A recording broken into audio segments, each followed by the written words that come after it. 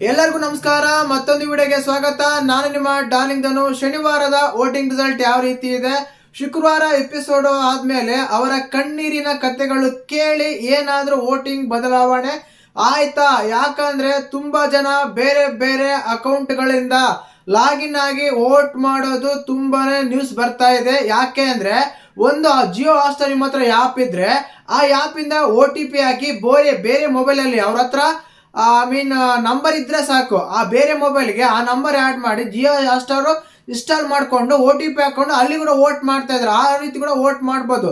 ಅದು ಜಾಸ್ತಿ ಆಗ್ತಾ ಇದೆ. ಮತ್ತೆ ಯಾರ ಕಣ್ಣೀರಿನ ಕತೆಗೆ ಕರಿಗಿ ಜಾಸ್ತಿ ವೋಟ್ ಬಂತು, ವೋಟಲ್ಲಿ ಏನಾದರೂ ಬದಲಾವಣೆ ಆಯ್ತಾ, ವೋಟಿಂಗ್ ರಿಸಲ್ಟ್ ಯಾವ ರೀತಿ ಇದೆ, ಶನಿವಾರ ತಗೊಂಡಾಗ ಎಕ್ಸ್ಪೆಕ್ಟು ಅನ್ಎಕ್ಸ್ಪೆಕ್ಟ್ ಏನಾದರೂ ಆಯ್ತಾ? ಖಂಡಿತವರು ಕೆಲವು ಆಗಿವೆ. ವಿಡಿಯೋದಲ್ಲಿ ಮಾತಾಡೋಣ ವೋಟಿಂಗ್ ರಿಸಲ್ಟ್ ಯಾವ ರೀತಿ ಇದೆ ಅಂತ. ಚಾನಲ್ ಯಾರನ್ನ ಹೊಸ ನೋಡ್ತಿದ್ರೆ ಮಿಸ್ ಮಾಡಿದ್ರೆ ಸಬ್ಸ್ಕ್ರೈಬ್ ಮಾಡಿ. ಇನ್ನು ವಿಷಯಕ್ಕೆ ಬಂದ್ಬಿಟ್ಟು ಡೈರೆಕ್ಟ್ ಆಗಿ ನಿನ್ನೆ ನೋಡಿರ್ತೀರ, ಒಬ್ಬೊಬ್ಬರೊಂದು ಕತೆ ಇತ್ತು. ಅದ್ರಲ್ಲಿ ಯಾರು ಫೇಕು ಯಾರು ನಿಜ, ಯಾರ ಕತೆ ಹೀಗಿತ್ತಂತಲ್ಲ ನಾನು ಮಾತಾಡಲ್ಲ. ಖಂಡಿತವಾಗ್ಲು ತುಂಬಾನೇ ಚೆನ್ನಾಗಿತ್ತು.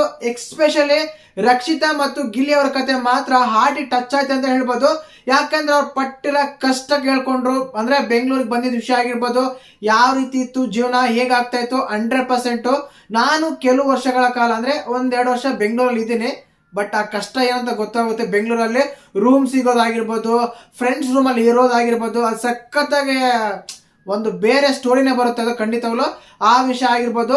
ಅದಾದ್ಮೇಲೆ ರಕ್ಷಿತ್ ಅವರು ಒಂದು ಯೂಟ್ಯೂಬ್ ಸ್ಟಾರ್ಟ್ ಮಾಡಿ ಹೇಗೆ ಬಂತು, ಹೇಗಾಯ್ತು, ಅದಾದ್ಮೇಲೆ ನಾನು ಮನೆ ಖರೀದಿ ಮಾಡಿ ನನ್ನ ವಿಷಯ ಇದಲ್ಲ ಎಕ್ಸಲೆಂಟ್ ಅಂತ ಹೇಳ್ಬೋದು ಖಂಡಿತವಾಗ್ಲು. ಇನ್ನು ಅಶ್ವಿನಿ ಗೌಡ ಅವರಿಗೆ ಮನಿ ಪ್ರಾಬ್ಲಮ್ ಏನಿರಲ್ಲ, ಬಟ್ ಅವ್ರ ಫ್ಯಾಮಿಲಿ ಪಟ್ಟಂತ ಕಷ್ಟಗಳು ಹೇಳ್ಕೊಂತಾರೆ, ಹೇಗಿತ್ತು, ಹೇಗೆ ಡೌನ್ ಆಯ್ತು, ಏನಾಯ್ತು ಅಂತ.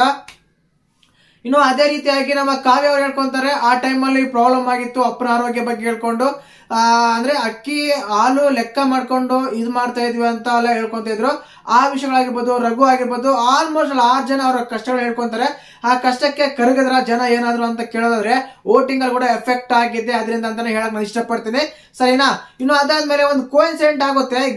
ಗಿಲ್ಲಿ ಅವರು ಮತ್ತೆ ನಮ್ಮ ಶಿವಣ್ಣ ಸರ್ ಏನಂದ್ರೆ, ಇಲ್ಲಿ ಕೋಇನ್ಸಿಡೆಂಟ್ ನೋಡಿ, ಎಪಿಸೋಡ್ ಅಲ್ಲಿ ನೋಡಿದ್ರೆ ಗಿಲ್ಲಿ ಅವರು ಶಿವಣ್ಣ ನಡೆಸ್ಕೊಂತಾರೆ. ಶಿರೋಜ್ ಕುಮಾರ್ ಸರ್ ಹಿಂಗೆ ಹೇಳಿದ್ರು, ಗಿಲ್ಲಿ ನನ್ನ ಅಭಿಮಾನಿ ಆಗ್ತೀನಿ, ಚೆನ್ನಾಗಿ ಮಾತಾಡ್ತಾರೆ, ಚೆನ್ನಾಗಿ ಕಾಮಿಡಿ ಮಾಡ್ತಾರೆ ಅಂತೆಲ್ಲ ಹೇಳಿದ್ರು. ಆ ಒಂದು ಹೇಳಿಕೆ, ಆ ಒಂದು ಮಾತು ನನಗೆ 100 ಅವಾರ್ಡ್ ಬಂದ್ರು ಕೂಡ ನನ್ಗೆ ಸರಿ ಸಮ ಇಲ್ಲ.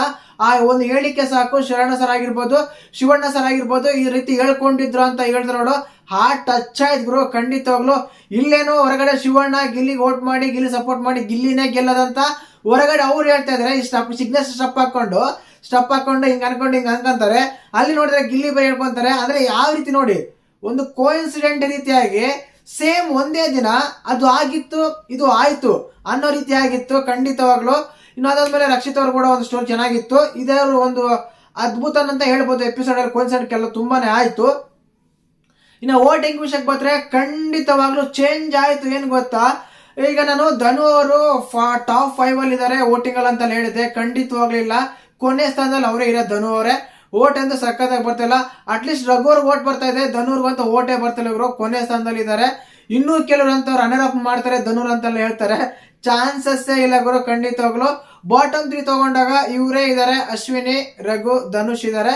ಧನುಷ್ ಕೊನೆ ಸ್ಥಾನದಲ್ಲಿ ಇದ್ದಾರೆ, ರಘು ಅವರು 5ನೇ ಸ್ಥಾನದಲ್ಲಿ ಇದ್ದಾರೆ, ನಮ್ಮ ಅಶ್ವಿನಿ ಮೇಡಮ್ ಅವರು 3ನೇ ಸ್ಥಾನದಲ್ಲಿ ಇದ್ದಾರೆ.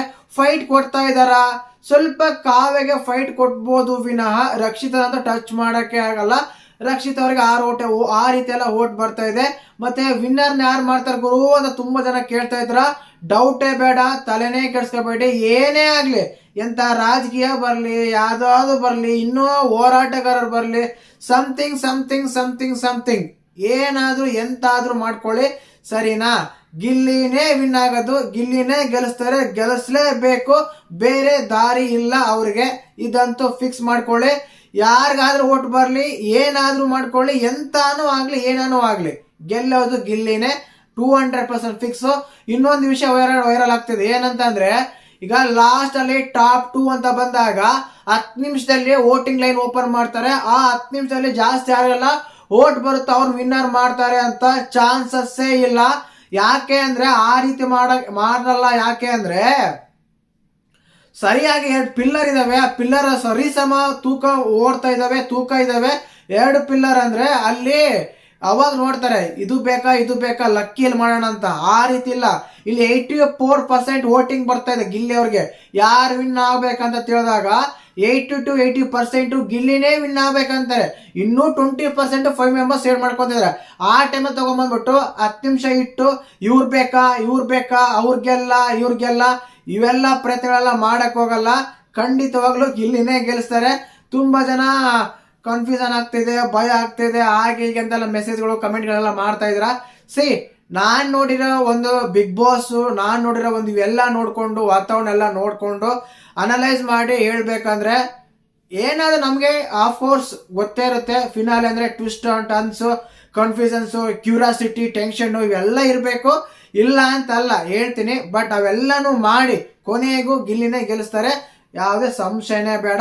ಇನ್ನು 8ನೇ ಸ್ಥಾನದಲ್ಲಿ 100% ರಕ್ಷಿತಾ ಅವರೇ ಇದ್ದಾರೆ ಗುರು. ಕೆಲವು ವೆಬ್ಸೈಟ್ ನೋಡಿದಾಗ ಅಶ್ವಿನಿ ಗೌಡ, ಇನ್ನು ಕೆಲವರು ಹೇಳಿದಾಗ ಕಾವ್ಯ ಅಂತೆಲ್ಲ ಹೇಳ್ತಾರೆ.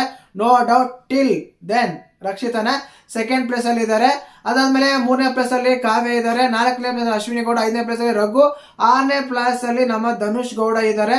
ನೋಡೋಣ ಏನೆಲ್ಲ ಬದಲಾವಣೆ ಆಗುತ್ತಂತ.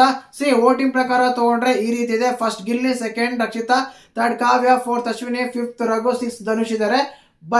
ಬಟ್ ವಿನ್ನರ್ ರನ್ನರ್ ಅಂತ ತಗೊಂಡಾಗ ನನ್ಗೆ ಮನಸ್ಫೂರ್ತಿಯಾಗಿ ಇದ್ದೇ ಆಗ್ಬೋದು ಅಂತ ಅನಿಸ್ತಾ ಇದೆ. ಕ್ಲಿಯರ್ ಕಟ್ ಆಗಿ ಎಲ್ಲ ಆಹಾಪೋಹಗಳು, ಮೆಸೇಜ್ಗಳು, ಕಮೆಂಟ್ಗಳು, ಸೋಷಿಯಲ್ ಮೀಡಿಯಾಗಳು, ಇನ್ಸ್ಟಾಗ್ರಾಮ್ಗಳು, ರಾಜಕೀಯಗಳು, ಹೋರಾಟಗಳು ಇವೆಲ್ಲ ಗಳು ನೋಡ್ತಾ ಇದ್ರೆ ಒಂದ್ ಅನಿಸ್ತಾ ಇದೆ, 100% ವಿನ್ನರ್ ಗಿಲ್ಲಿ ಆದ್ರೆ ರನ್ನರ್ ಅಪ್ ಅಶ್ವಿನಿ ಗೌಡ ಆಗದಾರ ಏನೇನೋ ಓಡ್ತಾ ಇದೆ. ನೋಡೋಣ. ನನ್ನ ಪ್ರಕಾರ ಆದ್ರೆ ಕಾಂಟ್ರಿಬ್ಯೂಷನ್ ಇದೆ ಅಶ್ವಿನಿ ಗೌಡ ಅವ್ರದ್ದು, ಇಲ್ಲ ಅಂತ ಅಲ್ಲ ಗುರು, ಕಾಂಟ್ರಿಬ್ಯೂಷನ್ ಅಂತೂ 100% ಇದೆ. ಬಟ್ ಹೊರಗಡೆ ಕೂಡ ಅದೇ ರೀತಿ ಸಪೋರ್ಟ್ ಸಿಗ್ತಾ ಇದೆ ಬೇರೆ ಮೂಲಗಳಿಂದ, ಸರಿನಾ? ಇನ್ನು ವೋಟಿಂಗ್ ಪ್ರಕಾರ ಅಂತೂ ಕಡಿಮೆ ಇದ್ದಾರೆ, ಅದು ಕೂಡ ಒಪ್ಪೋ ಮಾತೇನೆ. ಬಟ್ ರನ್ನರ್ ಅಪ್ ಮಾಡ್ತಾರೆ ಅಂತ ಅನಿಸ್ತಾ ಇದೆ. ಎನಿಹೌ ವಿನ್ನರ್ ಅಂತೂ ಒಬ್ರಂತೂ ಫಿಕ್ಸ್ ಆಗಿದ್ದಾರೆ. ಈಗ ರನ್ನರ್ ಅಪ್ ಗೆ ಫೈಟ್ ಮಾಡ್ತಾ ಇದ್ದಾರೆ ತುಂಬಾ ಜನ. ಕಾವ್ಯನ್ ಮಾಡ್ತಾರ, ಧನುನ್ ಮಾಡ್ತಾರೆ, ಈ ರೀತಿ ಎಲ್ಲ ಬರ್ತಾ ಇದೆ. ನನಗಂತೂ ಅವೆರಡು ಹೆಸರು ಯಾವ ಇಲ್ಲ ಗುರು. ಒಂದು ರಕ್ಷಿತಾ ಆಗ್ತಾರೆ, ಇಲ್ಲ ಅಶ್ವಿನಿ ಗೌಡ ಆಗ್ತಾರೆ ರನ್ನರ್ ಅಪ್. ವಿನ್ನರ್ ಅಂತೂ ಗಿಲ್ಲಿನೇ. ಈ ಇಬ್ಬರಲ್ಲಿ ರನ್ನರ್ ಅಪ್ ಯಾರು ಆಗ್ತಾರೆ ಅನ್ನೋದೇ ಕಾದು ನೋಡೋಣ. ವೋಟಿಂಗ್ ಪ್ರಕಾರ ಆದ್ರೆ ಜನಗಳ ಪ್ರೀತಿಗಳ ಮೇಲೆ, ಇನ್ನೂ ಬೇರೆ ಇನ್ಫ್ಲೂಯೆನ್ಸ್ಗಳ ಮೇಲೆ ಇನ್ಫ್ಲೂಯೆನ್ಸ್ ಆಗ್ತಾರ ಕಲರ್ಸ್ ಅವರು, ಇಲ್ಲ ನಾವು ನಿಯತ್ತಾಗೆ ಮಾಡ್ತೀವಿ ಅಂತಾರ ನೋಡ್ಬೇಕು. ಈ ಸೀಸನ್ ತುಂಬಾ ಅಂದ್ರೆ ತುಂಬಾ ಕಲರ್ಸ್ ಅವರಿಗೆ ನಂಬಿಕೆಗೆ ಒಂದು ಚಾಲೆಂಜ್ ಅಂತ ಹೇಳ್ಬೋದು. ಏನಾದ್ರೂ ಎಡವಟ್ಟುಗಳು ಮಾಡ್ಕೊಂಡ್ರು ಅಂದ್ರೆ ಮುಂದಿನ ದಿನಗಳಲ್ಲಿ ಚಾನೆಲ್ನ ಸ್ವಲ್ಪ ನಿಭಾಯಿಸೋದು ಕಷ್ಟ ಆಗುತ್ತಂತಾನೆ ಹೇಳಕ್ ಇಷ್ಟಪಡ್ತೀನಿ. ರನ್ನರ್ ಅಪ್ ವಿಷಯದಲ್ಲೂ ಕೂಡ. ಇನ್ನು ವಿನ್ನರ್ ವಿಷಯದಲ್ಲಿ ತಲೆನೇ ಬೇಡ ಬಿಡ್ರಿ, ಅದ್ರ ಬಗ್ಗೆ ಸೈಡ್ ಇಟ್ಬಿಡಿದ್ರೆ ಬೇಡ ಗುರು, ವಿನ್ನರ್ ಟಚ್ ಮಾಡೋದ ಬೇಡ ಅನ್ಕೊಂಡ್ಬಿಟ್ರೆ ಅದ್ ಬೇರೆ ವಿಷಯ. ಇಡೀ ಕರ್ನಾಟಕನೇ ಗೆಲ್ದು ಬಾ ಗಿಲ್ಲಿ ಅಂತ ಹೇಳ್ತಾ ಇದೆ ಅಂದ್ರೆ ಒಂದ್ಸಲ ಆಲೋಚನೆ ಮಾಡಬೇಕು. ಆ ರೀತಿ ಎಲ್ಲ ಇದೆ. ಖಂಡಿತವಾಗ್ಲೂ ತುಂಬಾ ಇಷ್ಟ ಆಗ್ತಾ ಇದಾರೆ ಗಿಲ್ಲಿ. ಬಟ್ ಅವರ ಬ್ಯಾಕ್ ಗ್ರೌಂಡ್ ಆಗಿರ್ಬೋದು, ಅವ್ರ ಕಾಮಿಡಿ ಆಗಿರ್ಬೋದು. ಸರಿ, ಗಿಲ್ಲಿ ಯಾಕೆ ಗೆಲ್ಬೇಕಂತ ಒಂದು ಸಪ್ರೇಟ್ ಒಂದು ವಿಡಿಯೋ ಮಾಡ್ತೀನಿ, ಅದ್ರ ಬಗ್ಗೆ ಅದ್ರಲ್ಲಿ ಮಾತಾಡೋಣ. ದಯವಿಟ್ಟು ಈ ವಿಡಿಯೋ ಇಷ್ಟ ಆಗಿದೆ ಲೈಕ್ ಮಾಡಿ, ಶೇರ್ ಮಾಡಿ, ಸಬ್ಸ್ಕ್ರೈಬ್ ಮಾಡಿ. ಜೈ ಹಿಂದ್, ಜೈ ಕರ್ನಾಟಕ ಮಾತೆ.